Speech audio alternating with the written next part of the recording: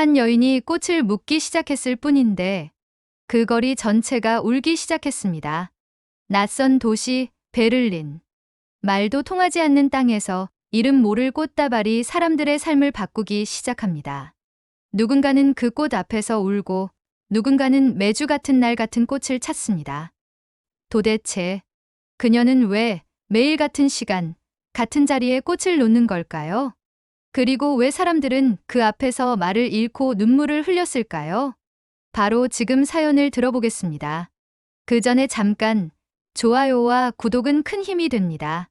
아무도 저를 모르고 저도 아무도 모르는 거리에서 정작 저를 울린 건 말 한마디 없는 꽃 한 송이였습니다. 안녕하세요. 제 이름은 한정옥입니다. 이 사연을 적으며도 아직 믿기지 않습니다.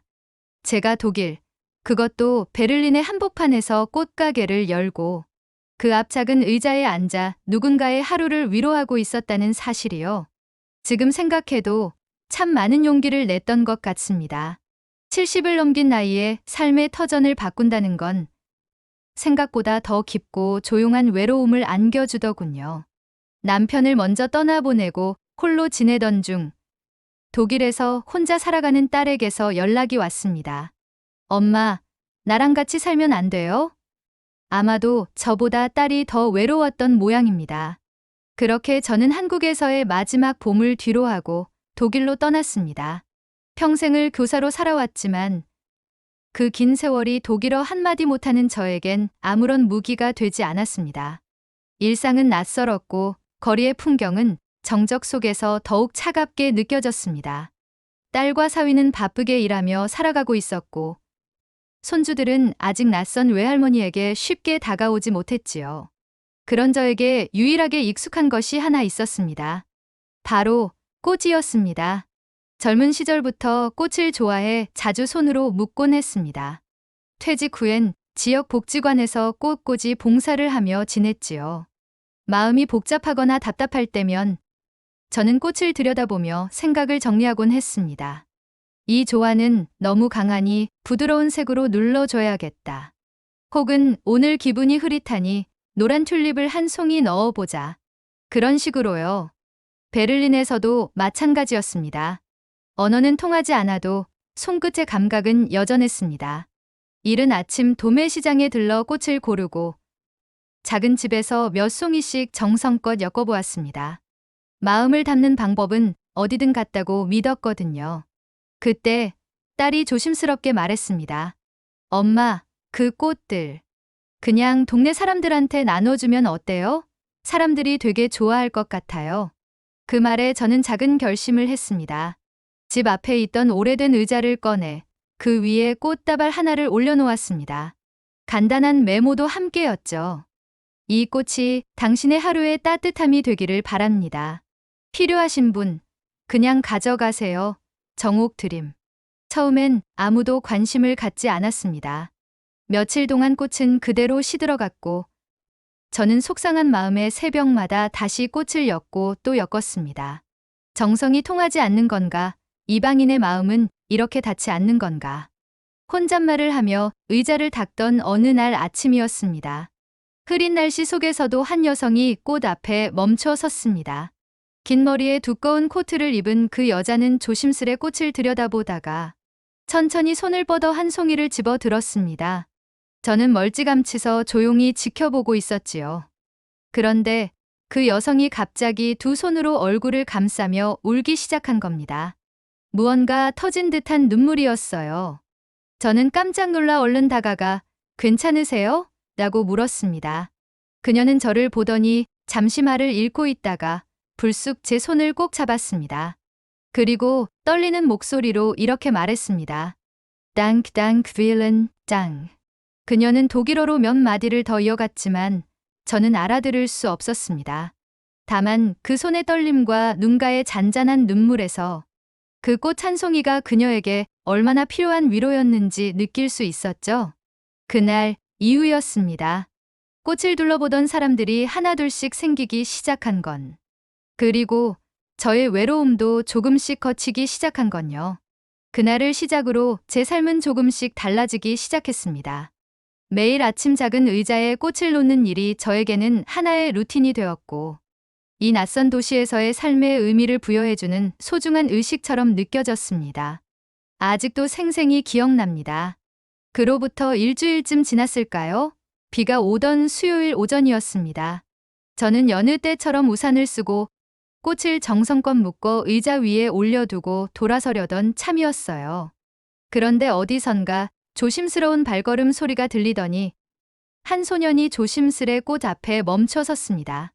그 아이는 12살쯤 되어 보였고 커다란 책가방을 맨 채 말없이 꽃다발을 한참 동안 바라보았습니다. 저는 건물 안에서 그 모습을 지켜보다가 나가봤죠. 아이에게 조심스럽게 말을 걸자 그제야 아이는 조용히 말했습니다. 엄마가 요즘 많이 힘들어요. 생일인데 아무도 축하 안 해줘요. 이거 가져가도 돼요? 그 말을 듣는 순간 제 마음이 툭 하고 무너져 내렸습니다. 저는 고개를 끄덕이며 물론이지요. 그 꽃 꼭 엄마에게 전해주세요. 라고 말해주었습니다. 아이는 고맙다는 말 대신 조용히 고개를 숙이고는 빗속으로 걸어갔습니다. 저는 그 뒷모습을 한참 동안 바라보았습니다. 그날 저녁, 그 아이가 다음 날 또 찾아와서 엄마가 많이 울었다며 저에게 감사 인사를 전하더군요. 그 일을 계기로 꽃다발은 점점 입소문을 타기 시작했습니다. 어느 날은 나이가 지긋한 독일 노부부가 찾아와 이 꽃들이 특별한 이유가 있느냐며 묻기도 했습니다. 저는 서투른 독일어와 손짓으로 한국에서 배운 방식으로 정성을 담아 만든 것이라고 설명드렸습니다. 그러자 그분들은 미소를 지으며 그 정성이 꽃을 더 아름답게 만드는군요. 라고 말해주셨습니다. 그리고 그날 오후 새로운 인연 하나가 또 찾아왔습니다. 깔끔한 정장을 입은 30대 남성이 꽃을 바라보다 조심스럽게 제게 말을 걸었습니다. 그는 자신이 이 근처에서 작은 디자인 스튜디오를 운영하고 있다며 매주 수요일에 어머니의 기일이 있어 꼭 흰색 꽃을 사간다고 했습니다. 늘 꽃집에서 똑같은 꽃만 사던 차에 이 꽃다발을 보고 멈추게 되었어요. 색이 참 따뜻하네요. 저는 그 남성에게 흰 장미와 작은 카모마일이 섞인 조화를 권해드렸고 그는 감탄하며 말했습니다. 이 조합, 어머니가 정말 좋아하셨을 거예요. 그 후로 그는 매주 수요일마다 저를 찾아왔습니다. 어느 날은 커피를 사다 주었고 또 어떤 날은 직접 만든 엽서를 건네며 이 동네엔 이제 정옥의 꽃이라는 이름이 생겼답니다. 라고 웃으며 말하더군요. 그럴 때마다 저는 마음이 뭉클해졌습니다. 저 같은 이방인이 말도 서툰 제가 누군가의 하루의 작은 위로가 될 수 있다니요. 말없이 건네는 꽃 한 다발이 이렇게나 깊은 울림을 줄 수 있다는 걸 베를린에서 처음 알게 되었습니다. 어느 날은 이웃에 사는 터키 여성 아주머니가 케이크 한 조각을 들고 오셨습니다. 제게는 처음 보는 분이었는데 그녀는 아이가 학교에서 꽃다발 이야기를 해줘서 알게 되었다며 우리 모두가 당신 꽃을 좋아해요. 라고 말해주었습니다. 그분은 저에게 모든 마음은 향기로 통한다는 터키 속담을 가르쳐 주셨죠. 저는 그 말이 참 예쁘다고 생각했습니다. 이쯤 되자 딸도 제 일에 흥미를 보이기 시작했습니다. 처음엔 단순한 취미라 여겼던 제 꽃이 엮기가 어느새 동네에서 작지만 따뜻한 반향을 일으킨다는 걸 느낀 딸은 엄마, 이거 진짜 작게 가게처럼 해봐도 괜찮을 것 같아요. 라며 작은 창고 공간을 정리해뒀습니다. 그렇게 제 작은 의자 옆엔 작지만 온기가 가득한 정옥의 꽃이라는 이름표가 붙게 되었지요. 하루는 어떤 여행객이 꽃을 사고 저에게 한국말로 말을 걸었습니다. 깜짝 놀란 저는 한국 분이세요? 고 물었고 그분은 네, 독일 교환학생인데 여기 한국 꽃 느낌이 나서 너무 반가웠어요. 라고 말하셨습니다. 저도 모르게 눈시울이 붉어졌습니다. 말이 통하는 것만으로도 그렇게 큰 위안이 되다니요. 그날 저녁, 저는 처음으로 독일에서 고향이라는 단어를 떠올렸습니다. 언제부턴가 이 작은 꽃다발은 단순한 장식이 아닌 누군가에게는 기억이고 누군가에게는 위로였으며 누군가에게는 하루를 견디게 하는 작은 달이었다는 걸 깨닫게 되었습니다. 그리고 저 역시 마찬가지였습니다. 사람들과 꽃을 통해 마음을 나누면서 저 자신도 치유받고 있었던 것이죠. 혼자라는 외로움 속에서 누군가를 위로하고 있다는 감정은 무엇보다도 큰 힘이 되었습니다. 하지만 인연이 깊어질수록 오해도 갈등도 생기기 마련이겠지요. 그 첫 번째 작은 파도가 곧 제게 찾아왔습니다. 그날도 평소처럼 꽃을 엮고 있었습니다. 라벤더에 안개꽃을 살짝 묶어넣고 노란 프리지어로 중심을 잡았습니다. 향긋하고 포근한 조화였죠. 저는 이 꽃다발을 봄을 기다리는 마음이라는 이름으로 붙였습니다. 사실 매번 꽃에 이름을 붙이는 일은 제게 큰 즐거움이었습니다. 그것만으로도 누군가에게 따뜻한 메시지를 건네는 것 같았거든요. 하지만 그런 평온한 일상도 늘 그렇듯 예상치 못한 곳에서 흔들리게 마련입니다. 그날은 주말 오후 평소보다 많은 사람들이 거리를 지나다니던 시간이었습니다. 저는 의자 옆에 꽃 몇 다발을 진열하고 안쪽에서 차를 마시며 잠시 쉬고 있었어요. 그런데 갑자기 누군가의 다급한 말소리가 들렸습니다. 이거 장난이에요? 문 밖으로 나가보니 중년의 독일 남성이 제 꽃다발을 들고 있었습니다. 그의 표정은 분명 화가 나 있었고 그가 든 꽃다발은 안타깝게도 줄기에서 물이 빠져나와 시들어 있었습니다. 저는 깜짝 놀라 급히 다가가 무슨 일이셨나요? 고 물었습니다. 그 남성은 흥분한 목소리로 말했습니다. 이 꽃, 제 아내 생일 선물로 드렸는데 집에 도착하니 이미 죽어 있었어요. 돈을 낸 건 아니지만 사람 기분이 얼마나 나쁜지 아세요? 그 순간 저는 말문이 막혔습니다. 분명 정성껏 엮은 꽃이었고 아침에 물도 충분히 주었기에 당일 안에 시들 일은 없었거든요. 하지만 제 진심이 왜곡되어 전달되었다는 생각에 마음이 철렁 내려앉았습니다. 정말 죄송합니다. 어떤 상황이 있었는지 모르겠지만 제가 다시 새로 드릴게요. 저는 진심을 담아 사과드리고 새 꽃다발을 조심스럽게 건넸습니다. 그러나 그는 이미 마음이 닫혀버린 듯 아무 말 없이 꽃을 받고 돌아서 버렸습니다. 그 일이 있고 난 후 저는 큰 충격을 받았습니다. 혹시 제가 무언가 잘못한 건 아닐까? 혹은 이방인이라는 이유로 괜한 오해를 산 건 아닐까? 수많은 생각이 머리를 스쳤습니다. 그날 밤 저는 오랜만에 꽃을 엮지 못했습니다. 손끝이 떨려서였는지 아니면 마음이 굳어져서였는지 저도 잘 모르겠습니다. 며칠이 지나도 마음의 짐은 가시지 않았습니다. 내가 전하고 싶었던 게 이게 아니었는데라는 말이 자꾸 떠올랐습니다. 딸은 그런 저를 보며 엄마, 한 번쯤은 이런 일이 생길 수 있어요. 꽃이 문제가 아니라 엄마가 여태껏 전한 마음은 사라지지 않아요. 라고 위로했지만 저는 쉽게 위로받을 수 없었습니다. 그러던 중 사건은 전혀 예상치 못한 방향으로 전개됐습니다. 그 일이 있고 나서 일주일 후쯤이었어요. 한 젊은 여성이 꽃다발을 들고 제 가게 앞에 찾아왔습니다. 그녀는 조심스럽게 말했습니다. 혹시 며칠 전 시든 꽃 때문에 문제가 있었던 거 아세요? 저는 놀라며 고개를 끄덕였습니다.